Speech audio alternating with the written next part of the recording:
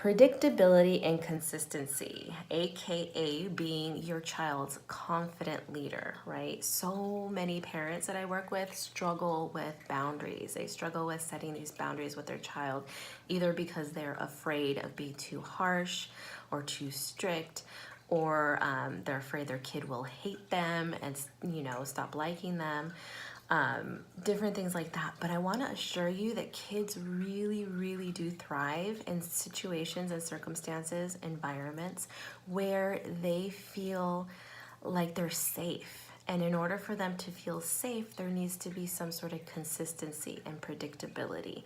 So that is where, that is where having a strong leader, you, the parent, being their strong leader, kind of takes the weight off of them.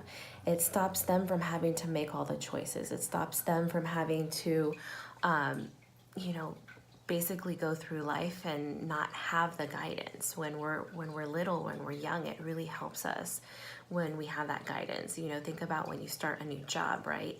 It helps to have somebody that's there to train you, somebody to shadow, somebody that's going to guide you through it. And if you're just thrown in there with no training, no predictability, no consistency, and you're just left to your own devices, like how stressful is that? How much more burdensome is that? So we want to really make sure that that's not how our kids feel. We want them to know that yes, we can be their friend, we can have fun with them, we can love them, we can be goofy, but then there is a time where they need to know that they respect us and we respect them, and it's a mutual respect. And that's what I want to really coach parents on, is having this mutual respect for their child. But again, the boundaries need to be there on both ends so that everybody feels secure in their roles in the family.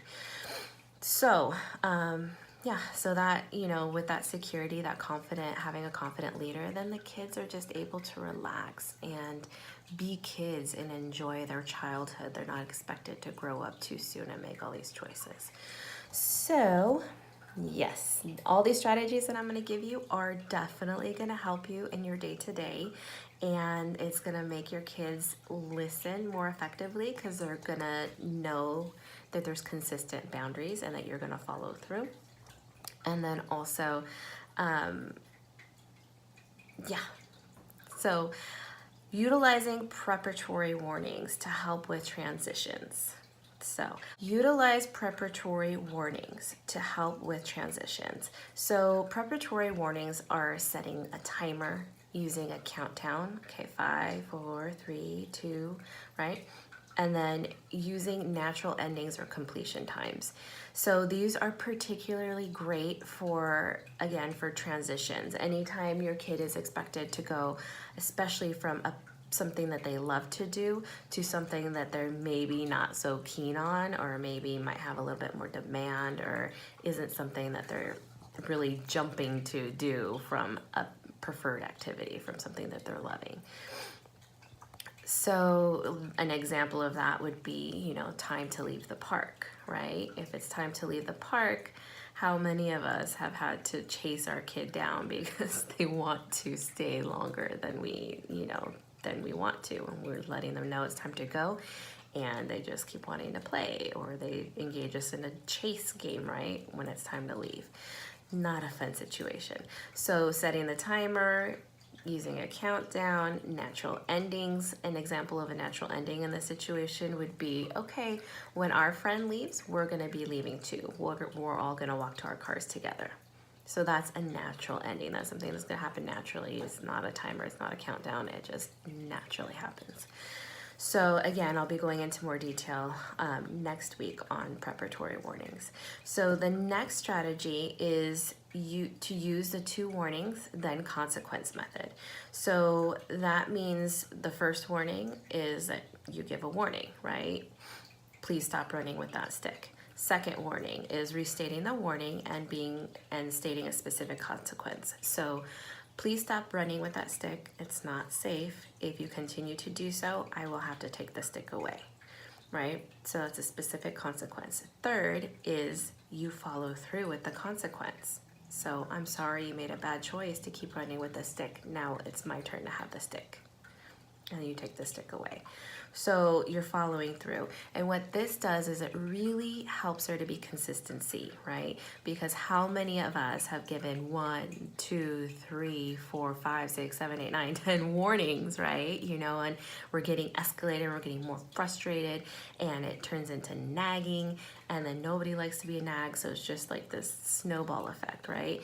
But then, you know, our kids don't know, because one time, you know, depending on how our day is going, one time we might give them 1 warning, the next time we might give them 20 warnings.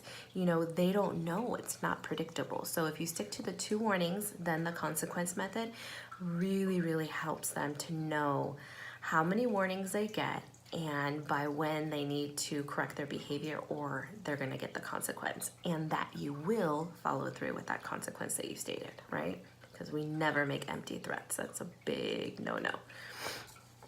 Okay, so the next strategy is first then statements. Now this works like a miracle when you have little ones. Like I'm saying, probably from like 2 to 3 is like the prime age for these, but it does work, you know, between like 1 and 5, right? Is like first then statements. So what that looks like, and you utilize these, you can also utilize these as predictabilities during transitions as well. So first we're gonna go to the grocery store, then we're gonna go to the park, right? This can also be used to get their buy-in. So, you know, for non-preferred activities. So first you need to clean up your blocks, then we can do a puzzle, right? So first, then. Of course, you know, the then, it helps, you know, the thing that you're putting as a then, it helps if it's really motivating to them, right? Because otherwise they're gonna be like, okay, first then, I'm not gonna do it, you know, like, so try to get something that they're already asking for or something that they're already motivated to have. And then that first then statement works like magic.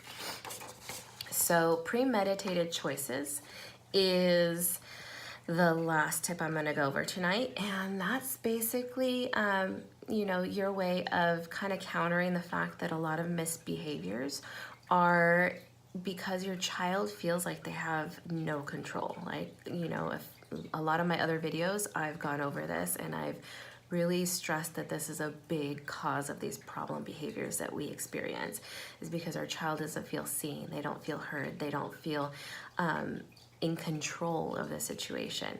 So what I always coach parents on is just making sure that throughout the day you're giving your kid, you know, as many choices as you can, right? Things that aren't really deal breakers for you, like whether it's a red cup or the green cup, you know, it's not gonna break you to give them that choice. So, but it's really gonna empower them, and it's really gonna make them feel seen and heard and like they're important and they have a say. And so it's really gonna make it less likely that they're gonna try to exert their control and exert their power in these less inopportune ways and engage you in power struggles, right? Because they're already kind of, if you imagine like a pressure cooker, right? The pressure cooker, you let a little bit of steam out, a little bit of steam out, it's not gonna explode. But if you just leave the lid on it, it's gonna explode.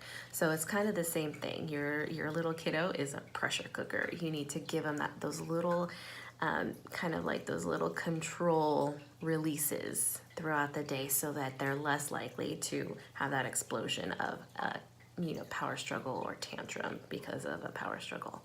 So the premeditated choices, it's basically a very sly way of giving your kid of the feeling like they're the ones that are making the choice, they're the ones that are in control of the situation, but in reality, you are still controlling the parameters of those choices, right? So you would give them two choices, and both of them you wanna make sure result in an outcome that you are happy with, that you want.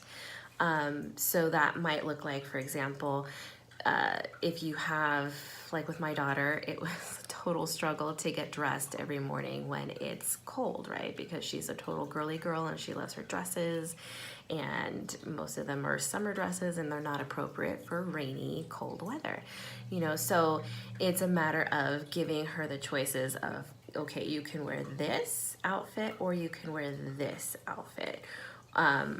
And then that really would alleviate things. Now that she's 4.5, it's gotten a little bit more complicated, but I've, applied different strategies for that as well.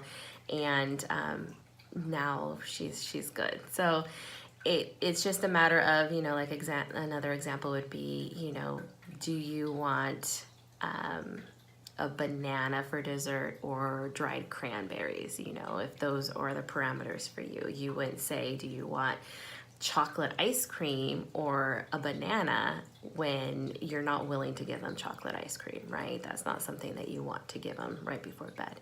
So again, two choices, both resulting in an outcome that you are happy with. So I will be going over all of these strategies in much more detail because I know you guys are probably left with a few questions, but just hang tight, and I hope that you can at least keep these ideas and these strategies in the back of your mind and just kind of toy with utilizing them and adapt and applying them to your day. Maybe pick one, because I know it can be a lot of information. Pick one to use tomorrow and then focus only on that strategy and see how it goes. Let me know how it goes. I want to hear, what your successes are, what your struggles are, so that I can help you guys, right? So again, next week we're going to be talking about and delving deeper into preparatory warnings. So if your child struggles with transitioning from one activity to another activity, then this is going to be a really, really great tip to get all the details on. And then I want to invite you to join my proactive parenting community. If you haven't already, you can do so on my website, tothemoonparentcoaching.com.